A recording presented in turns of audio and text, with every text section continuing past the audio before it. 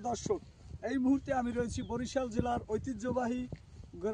জেলার গৌরনদী থানার ঐতিহ্যবাহী কসবা পশ্চিমপাড়া গ্রামে। আর আপনারা আজকে এটা জেনে আনন্দিত হবেন যেটা আমার নিজ গ্রাম, কিন্তু দুর্ভাগ্যের বিষয় নিজ গ্রাম নিয়ে আসলে গর্ব করার মতো অনেক কিছু থাকলেও আজকে যে বিষয়টা আপনাদের সাথে শেয়ার করার জন্য আমি আসছি সেটা হলো দুঃখের বিষয় যে আমার নিজ গ্রামেই ফসলের কোনো আবাদ হচ্ছে না। আপনি আমার বাম দিকে দেখতে পাচ্ছেন যে কি সুন্দর ধান হয়েছে, ধানের ফসল হয়েছে মাশাআল্লাহ। কৃষক যেরকম পরিশ্রম করেছে ওরকম ফসল হয়েছে।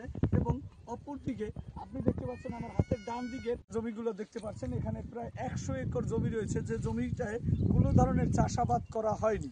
যদি এখানে এই সঠিক প্রক্রিয়ায় ভূমি সংরক্ষণ বা ফসলি জমি সংরক্ষণ আইন সংক্রান্ত বিষয়ে এই কৃষকদের অবগত করা হয় এবং এই ফাঁকা জমিগুলোয় ফসল চাষ করা হয়, তাহলে আমার এই নিজ এলাকার মানুষের যেমন খাদ্য ঘাটতি পূরণ হবে কৃষিক্ষেত্রে মানুষের কর্মসংস্থান, এবং কি সেই খাদ্য চাহিদা বা খাদ্য ঘাটতি পূরণ হওয়ার কারণে আমাদের বিশেষ করে যে পরিমাণ শস্য আমদানি করতে হয় সেই আমদানি আমাদেরকে করতে হবে না।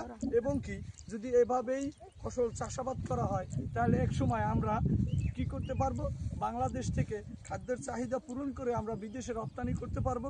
কৃষিকে একটি শিল্প হিসাবে আমরা ঘোষণা দিতে পারবো এবং বাংলার কৃষক হবে সত্যিই সম্মানিত ব্যক্তি এবং স্বর্ণপুরুষ। আসসালামু আলাইকুম।